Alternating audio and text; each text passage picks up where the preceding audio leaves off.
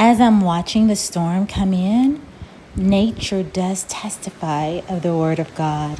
And I'm reminded of John 3:8, where it states, "The wind blows wherever it pleases.